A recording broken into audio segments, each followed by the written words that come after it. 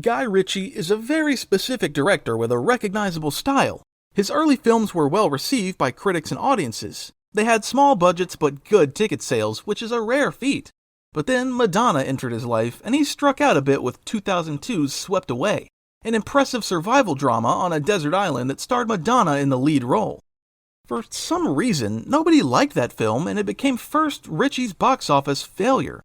After Swept Away, Ritchie built on his success with two more bad films in a row.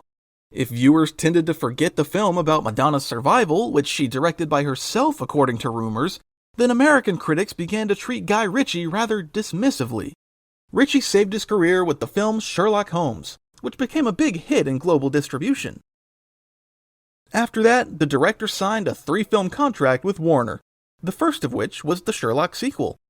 Unfortunately, the director was hit by 2 big failures again, one of which I would like to mention today. King Arthur, Legend of the Sword was a problematic project from the very beginning of its production. Originally, the studio planned to remake the 1981 film Excalibur, which had a good box office and even won a prize at the Cannes Film Festival. The remake was to be directed by Bryan Singer, who was known at the time as the director of the first and second parts of X-Men. Now, he's well known because of something else. But back then, of course, nobody had any idea, so the studio really wanted Singer to direct their upcoming movie. The script was already written, and they were looking for an actor who was capable of taking on the lead role. But then Bryan Singer failed with Jack the Giant Slayer in 2013. The failure was so big that Warner Brothers preferred to get rid of such a talented director. They were afraid for the remake and concentrated on the original idea. They appointed David Dobkin as the director of the new film. Dobkin was responsible for the hit Wedding Crashers. Kit Harington and Joel Kinnaman were assigned for the main roles in this film.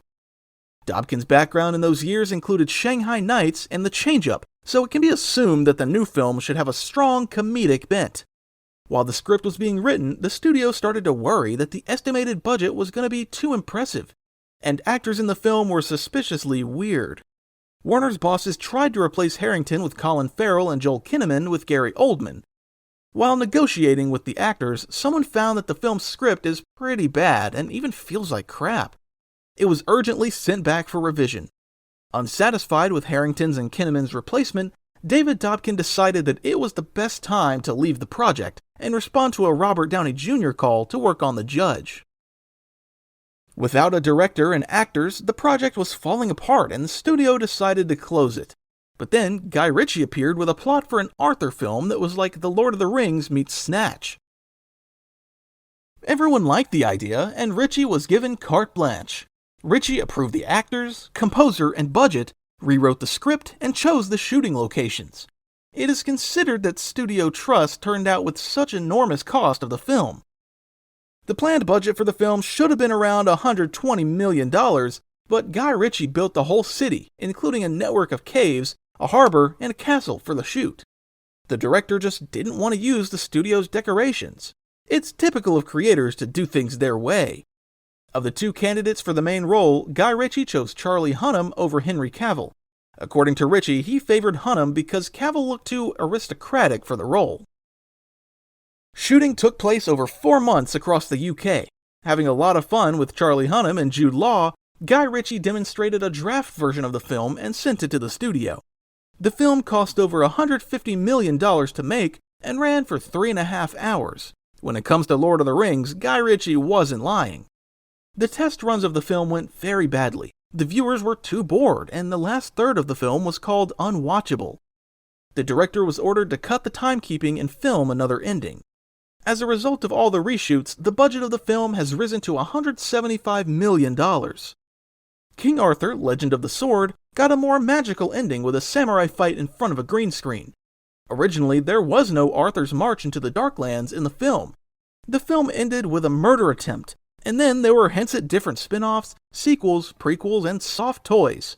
There was a whole movie universe planned, not just a direct sequel. After all the reshoots and several mounting variants, the studio couldn't get a more positive reaction from the testing audience. Finally, the tape was just written off, and the marketing budget was cut off maximally. King Arthur, Legend of the Sword had no chances with this approach. The movie was a box office flop in the United States, earning only $39 million against a $175 million budget. It did better overseas, grossing an additional $110 million. You could blame Warner for bad advertising support and the fact that they released film just a week after Guardians of the Galaxy Volume 2, however, that's just an excuse. King Arthur: Legend of the Sword was a flop. Arthur was Warner Studios' biggest failure in 2017. According to analysts, the studio lost from $130 to $150 million on this film, making it the most unprofitable film of the year. It was crushed at the box office even by comedy Snatched, which has a viewer rating of about 4 stars. This disappointing result instantly crossed out all of Guy Ritchie's ideas for a sequel, and the studio had 5 of them. They didn't put Merlin and Lancelot in the first film just because the plans were Napoleonic, and they wanted to introduce these characters step by step. Guy Ritchie had to sign up for Disney's Aladdin because of the failure of his 2 films in a row, or his career could have ended quickly after that. I feel a bit sorry that such a King Arthur will never be seen by us. The film has disadvantages, but the style, actors, dialogues, and musical accompaniment made the film good and definitely not deserving of what happened to it. Thanks for watching. Subscribe and stay in touch.